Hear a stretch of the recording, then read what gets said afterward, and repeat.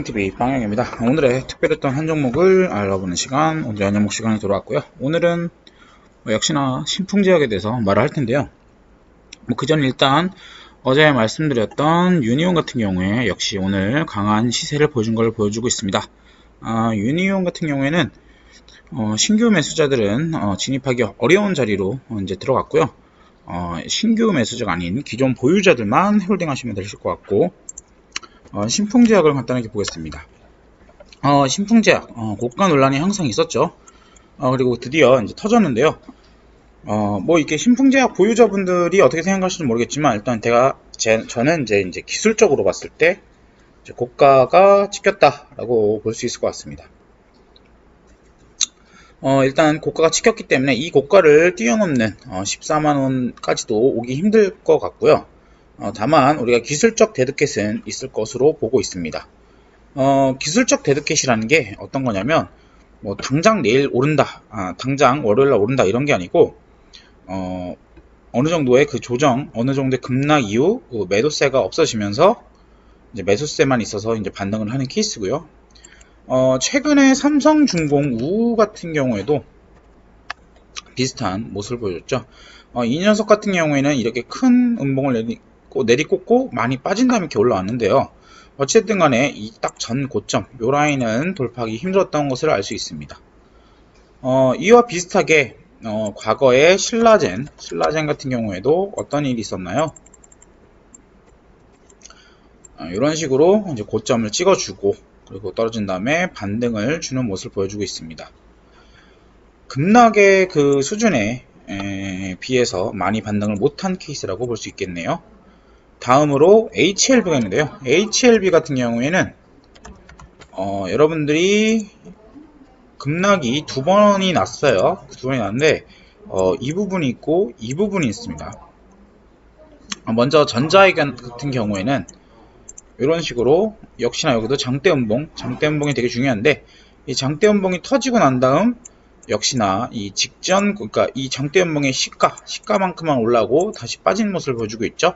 그리고 이 또한 전일 그 다음날이 바로 아니고 이틀에 걸쳐서 이렇게 상승한 모습을 보여주고 있고요. 그리고 이후에 작년 10월달 랠리를 뿜어줬던 이 구간 같은 경우에는 이런 식으로 3일에 걸쳐서 빠진 다음 데드캣이 나온 것을 볼 수 있습니다. 이렇게요. 그래서 데드캣이 나오는 구간이라든지 방식은 다양합니다. 하지만 이렇게 급등한 종목에 대해서는 데드캣은 나올 수 있는 룰이라고 해야 될까요? 그런 식의 룰이 있고요.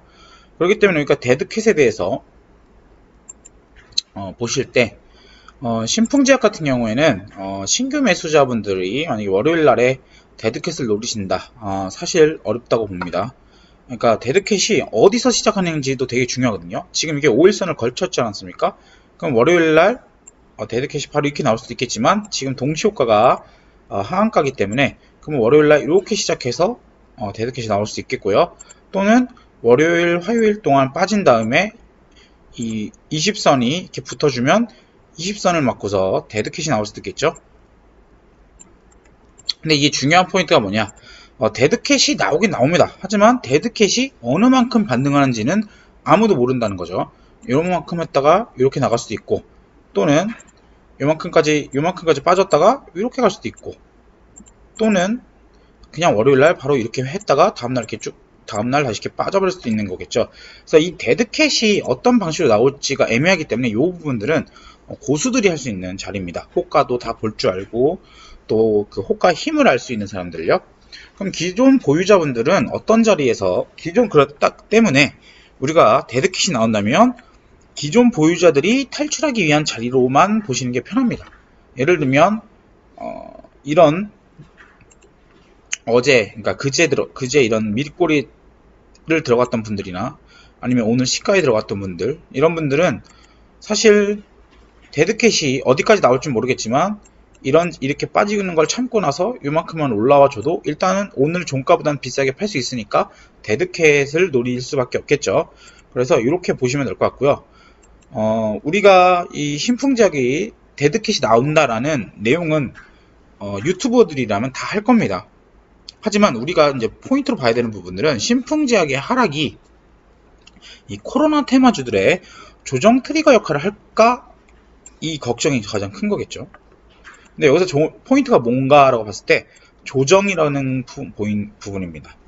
우리가 코로나 테마주 끝이라고 말하지 않고 조정이라고 하는 이유는 코로나가 어찌됐든 간에 해결되지 않는 문제인 것은 확실하고요.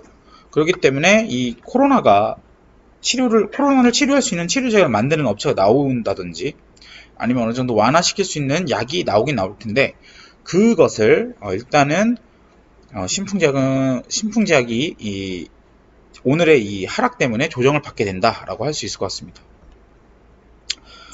코로나 치료제로선 되게 많이 있죠. 그래서 뭐 여기 이렇게 뉴스 보시면 이미 다 나와 있고요.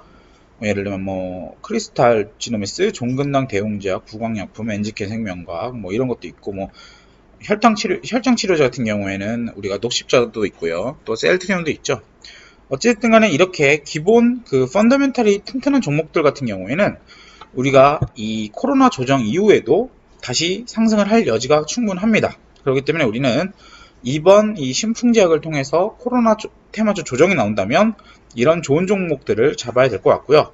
뭐 예를 들어서 녹십자 같은 경우에는 혈장 치료제를 만드는 업체가 녹십자밖에 없기 때문에 이 종목이 조정을 받을 수 있습니다. 하지만 조정을 받을 때 뭐 예를 들면 이렇게 20선까지 조정받고 다시 올라갈 수 있는 거죠. 그래서 그때 제가 어디를 말씀드렸나요? 그때 제가 20만원 이하에선 모아가도 된다고 하셨죠? 해드렸지 않았습니까? 그러면은 만약 이번 이 신풍제약 때문에 조정이 온다면 그래서 그 조정이 20만원까지 빠졌고 녹십자가 그러한 지금까지 아이디어가 훼손되지 않는 상황에서는 그렇다면 우리는 녹십자를 모아가야 된다 이런 식으로 접근할 수도 있겠고요. 또한 우리가 엔지캠 생명 같은 경우에 제가 굉장히 좋아하는 종목입니다. 일단 엔지캠 생명 같은 경우에는 사실 시총이 이렇게 비싼 게 아니에요. 얘가 갖고 있는 파이프라인의 가치에 비해서. 그러면 이런 종목들은 만약에 코로나 조정으로 인해서 어디까지 떨어집니까? 뭐 예를 들면 이렇게 떨어져서 이 직전 저점 라인을 지켜준다. 그러면 이런 거는 코로나가 아니더라도 이 기본 파이프라인 가치만으로도 충분히 괜찮은 가격대이기 때문에 모아갈 만하겠죠.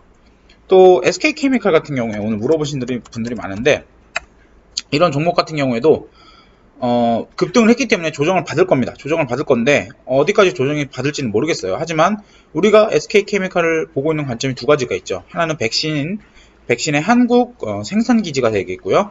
또 하나는 SK 바이오사이언스의 상장이 있습니다. 그렇다면 SK 바이오사이언스의 상장까지 아직까지 일정이 남아있는 상태인데 그럼 우리가 이런 종목들은 이렇게 조정을 많이 받게 돼서 예를 들면 이런 구간들 이 급등이 나오기 직전 구간까지 만약에 떨어진다면 당연히 모아가야 되는 그런 포인트가 되겠죠. 네, 그렇기 때문에 오늘 신풍제약의 하락이 제가 걱정하는 부분은 신풍제약이 뭐 신풍제약으로 갖다 단탈짓이라 이런 얘기가 아닙니다. 신풍제약의 조정을 통해서 또는 하락을 통해서 우리가 코로나 테마주들이 조정을 받을 것인데 이 조정을 견뎌내시고 또는 이 조정을 기회로 우리가 평소에 잘 봐뒀던 종목들을 다시 한번 점검해 보실 필요가 있다라고 말씀을 드릴 수 있을 것 같습니다. 오늘 신풍제약을 물리신 분들 있으실 겁니다. 제가 오늘 이 종목을 말씀드린 이유는 과거에도 이런 비슷한 사례들이 있었습니다. 아주 가깝게는 삼성중공업이 있었고요. 또 그 전으로는 HLB 등 같은 게 있었죠. 그렇기 때문에 우리가 이런 급락에 대해서 항상 멘탈이 나갈 수 있겠지만 내가 이 종목을 고점에서 물렸다 하면 어느 정도 손절을 생각하고 데드캣이 나왔을 때 좀 손실을 보지만 나오셔야 된다는 것을 오늘 한번 다시 주지시켜 주기 위해서 말씀을 드렸습니다. 네, 그래서 오늘 급등TV 여기까지 마무리하도록 하겠고요. 구독과 좋아요 그리고 알람 설정까지 꼭 부탁드리겠습니다. 감사합니다.